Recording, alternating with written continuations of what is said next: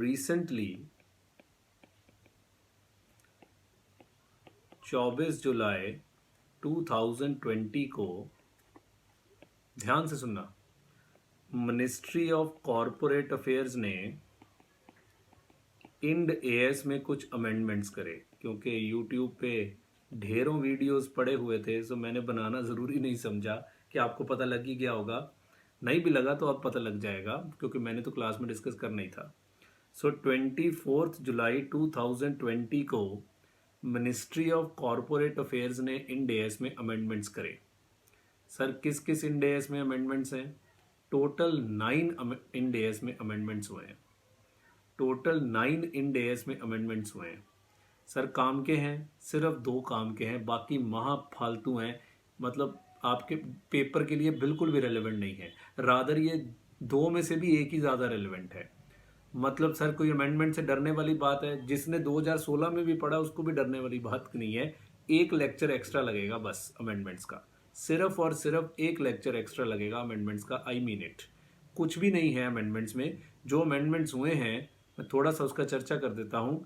वैसे कुछ भी नहीं है उन अमेंडमेंट्स में, मैं फिर भी उसकी चर्चा करने जा रहा हूँ। सुनिए जी, सबसे पहला अमेंडमेंट किया गया है इंड एएस 103 में।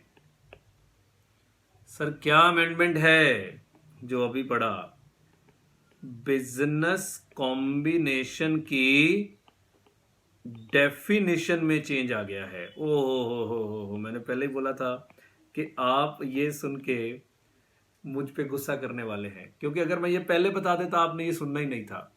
बिजनेस कॉम्बिनेशन की डेफिनेशन बदल गई है। सर ये आपने ऊपर जो पढ़ाई है ये नई है कि पुरानी है? पुरानी है, नई नहीं पढ़ाई है। सबने अभी तक पुरानी ही पढ़ी है। सो बिजनेस कॉम्बिनेशन की डेफिनेशन बदल गई है। सर क्या बदला है? परिभाषा में 1-2 वर्ड्स ऐड करे गए और एक टेस्ट और ऐड किया गया।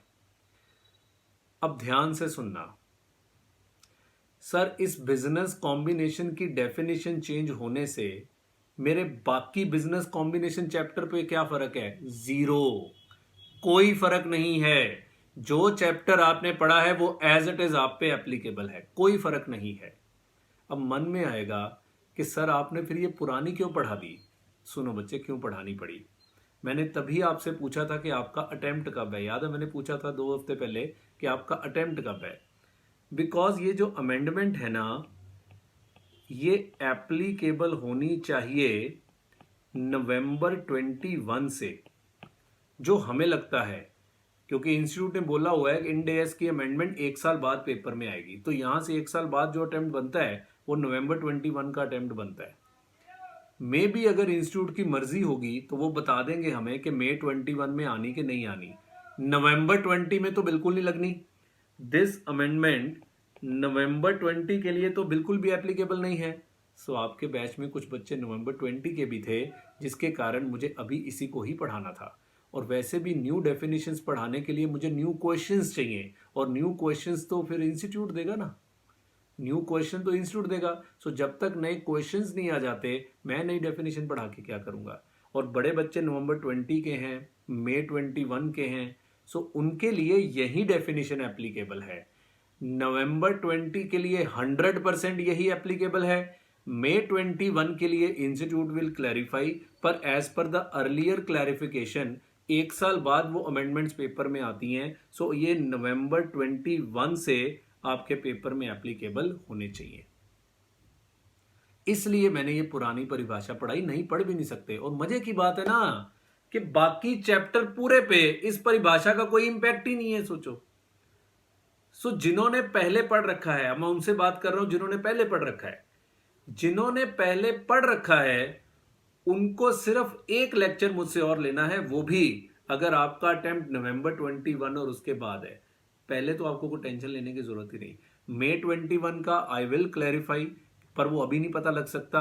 वो जब नवंबर 21 के पेपर हो जाएंगे, नवंबर 20 के पेपर हो जाएंगे, फिर इंस्टीट्यूट क्लैरिफाई करेगा कि मई 21 में ये अमेंडमेंट्स आएंगी कि नहीं आएंगी। पर फालतू अमेंडमेंट है यार, डेफिनेशन में अमेंडमेंट है। प्रैक्टिकल क्वेश्चन वैसे ही हैं, वैसे ही रहेंगे। जो पढ़ चुके हैं बिल्कुल ना घबराएं। 15 मिनट की डेफिनेशन पढ़नी है, और वो भी एक वर्ड चेंज हुआ और एक नया टेस्ट ऐड किया गया बिजनेस कॉम्बिनेशन को लेके, दैट्स इट, और कोई चेंज नहीं है।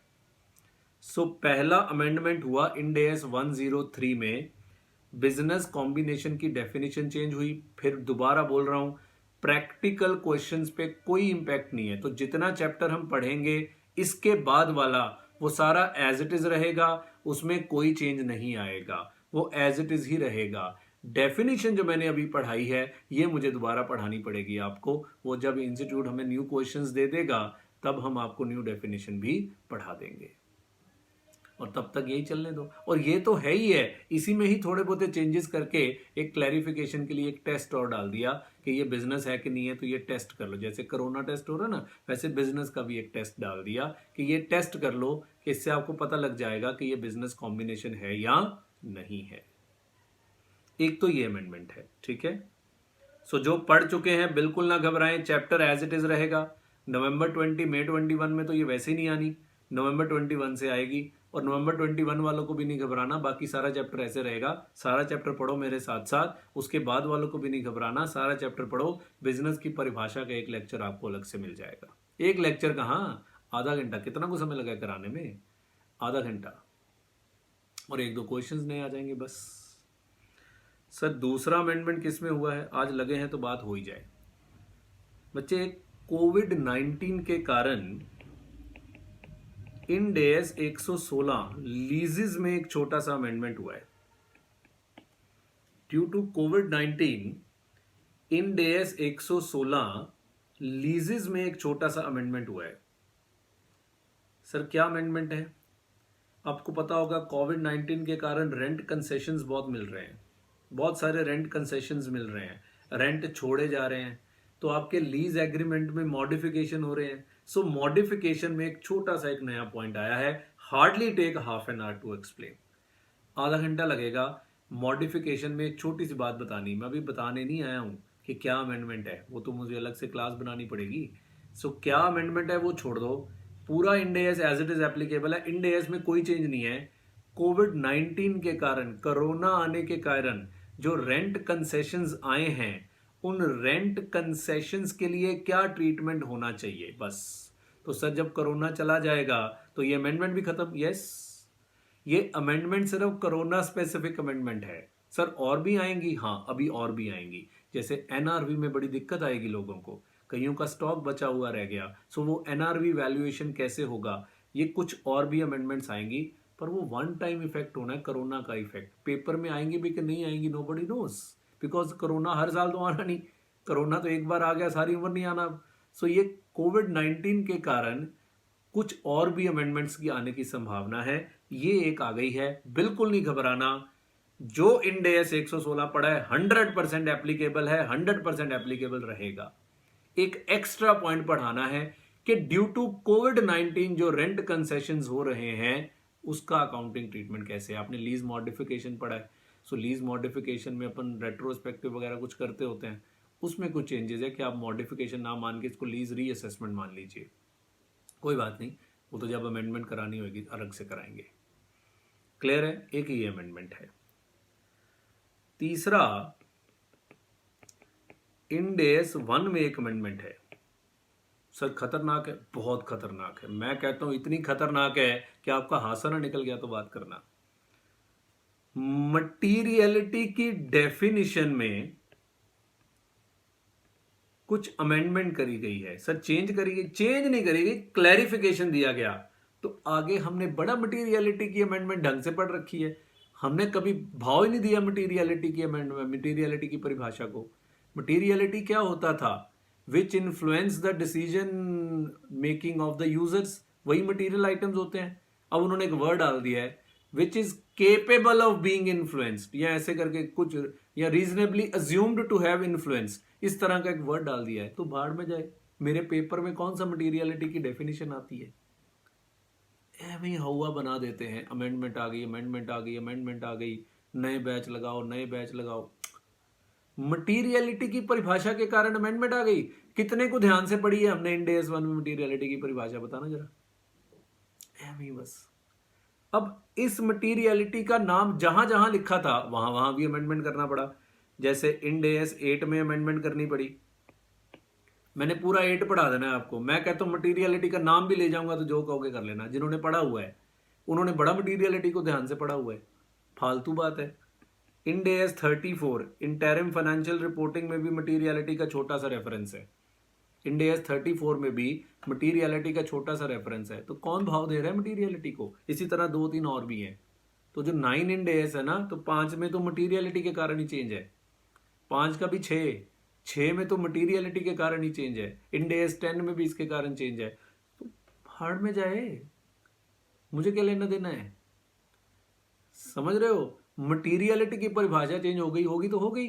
मैं पहले बड़ा ध्यान से पढ़ रहा हूं मटीरियलिटी को, बट फिर भी जब अमेंडमेंट कराएंगे तो मटीरियलिटी की परिभाषा दोबारा लिखवा देंगे। भाई कितना टाइम लगेगा? हाँ लगेंगे 2 मिनट। ये पेपर में आने लायक चीज है ही नहीं। अमेंडमेंट आ गई, अमेंडमेंट आ गई, अमेंडमेंट आ गई, ये अमेंडमेंट है। तो इसके कारण 3 इंडेज और भी इंपैक्टेड है, मुझे नाम नहीं याद उनके, 3 की पता नहीं 4 ही थे। सर कुछ और भी है? हाँ है। End S 109। अब मैं उनसे बात कर रहा हूं जो पढ़ चुके हैं। आप लोग ये 109 अभी पढ़ा नहीं। अब मैं उनसे बात कर रहा हूं जो पढ़ चुके हैं। इंड एस 109 हेज अकाउंटिंग में अमेंडमेंट है। हमारे स्टडी मटेरियल में हेज अकाउंटिंग का एक भी सम नहीं है। हम हेज अकाउंटिंग को भाव ही नहीं देते। मैं क्लास में अपने एग्जाम्पल बना के कराए हैं सारे। आगे से सोच रहा हूं वो भी बंद कर दूं, आने उन्हें है नहीं, क्योंकि हेज अकाउंटिंग को कवर ही नहीं किया। हमारे देश में हेज अकाउंटिंग ऑप्शनल है, इंडिया में ऑप्शनल है हेज अकाउंटिंग। तो हेज अकाउंटिंग तो हमने वैसे ही नहीं पढ़ा, उसकी अमेंडमेंट बड़ी रेलेवेंट है हमारे लिए। मतलब मैंने तो पढ़ाया हुआ है 109 में, इंस्टीट्यूट ने तो कोई क्वेश्चन ही नहीं दिया हेज अकाउंटिंग के ऊपर, उस पर अमेंडमेंट आ गई। तो आ जाए, मैंने कौन सा पढ़नी है ये? हर अमेंडमेंट पेपर के लिए थोड़ा ना होती है, प्रैक्टिकल चीजों के लिए अमेंडमेंट्स होती हैं बहुत सारी। अब मटीरियलिटी की परिभाषा प्रैक्टिकल है, पेपर में सम आते हैं, मटीरियलिटी की परिभाषा थोड़ा आनी है। ये अमेंडमेंट्स है, बस इतनी सी अमेंडमेंट्स है। सो अमेंडमेंट आ गई, अमेंडमेंट आ गई, घबराना नहीं बच्चे, कुछ भी नहीं आया है। जिन्होंने एफआर पढ़ रखा है आराम से पढ़ते रहें, जो आगे भी पढ़ना चाहते हैं आराम से पढ़ते रहें। एक लेक्चर बनेगा इसकी परिभाषा के ऊपर और 116 के कोविड-19 इंपैक्ट को लेके। अगर और भी इंपैक्ट्स अभी शायद एक्सपेक्टेड है कि आ जाएंगे और भी, तो वो वन टाइम है, एग्जाम के लिए कितने को रेलेवेंट होंगे वो बताओ। पर फिर भी हम पढ़ाएंगे, चाहे वन टाइम भी हो, एग्जाम में आने के चांसेस होते हैं, सो फिर भी हम उनको पढ़ाएंगे। सो इन कंक्लूजन, जिन्होंने बिजनेस कॉम्बिनेशन पढ़ा है पढ़ते रहिए, एज इट इज पढ़ते रहिए, कोई फर्क नहीं है। परिभाषा के एक लेक्चर अमेंडेड है, वो दे देंगे जब आपको देना होगा, वो हमारी जिम्मेवारी है। आपने थोड़ा टेंशन लेनी है कब देना है, हमें पता है जब एप्लीकेबल है तब दे देंगे। नवंबर 20, मई 21 भी टेंशन ना लो। नवंबर 20 में तो पक्का नहीं आने, मई 21 में इंस्टीट्यूट क्लैरिफाई करेगा, आने नहीं चाहिए, पर फिर भी इंस्टीट्यूट क्लैरिफाई करेगा। सो अगर मई 21 में आने होंगे तो मई 21 वालों को भी एक एक्स्ट्रा क्लास लेनी पड़ेगी। आपने जो पढ़ा है उसमें रत्ती भर भी चेंज नहीं होना। हाँ आगे कोई अमेंडमेंट आए कोविड-19 को लेके, वो शायद कुछ इम्पेक्ट कर जाए, पर इनमें से तो ये वाली और एक ये वाली आपके काम की है। बाकी ये जो 5-6 इंडेस में अमेंडमेंट्स हुई हैं, 5-6 में अमेंडमेंट्स तो ड्यू टू मटीरियलिटी की परिभाषा के कारण हुई हैं। और बड़ा हम तो मटीरियलिटी ही पढ़ते रहते हैं ना सारा सारा दिन। सो बच्चे कोई काम की अमेंडमेंट नहीं है, प्लीज़ अपनी पढ़ाई पे फोकस कीजिए। समझ आ गई बात? क्लियर है? ओके हाँ जी। सो अपने इंड एस पे वापसी करते हैं। सो इंड एस 103 में बिजनेस की परिभाषा जिनके अटेम्प्ट नवंबर 21 या उसके बाद हैं, उनको बिजनेस की परिभाषा अलग से पढ़नी पड़ेगी। ठीक है, जिनका भी अटेम्प्ट नवंबर 21 या उसके बाद है, सो वो हमारी जिम्मेवारी है। फिलहाल आपने जो पढ़ लिया है उसको पढ़ते रहिए। ठीक हो गया?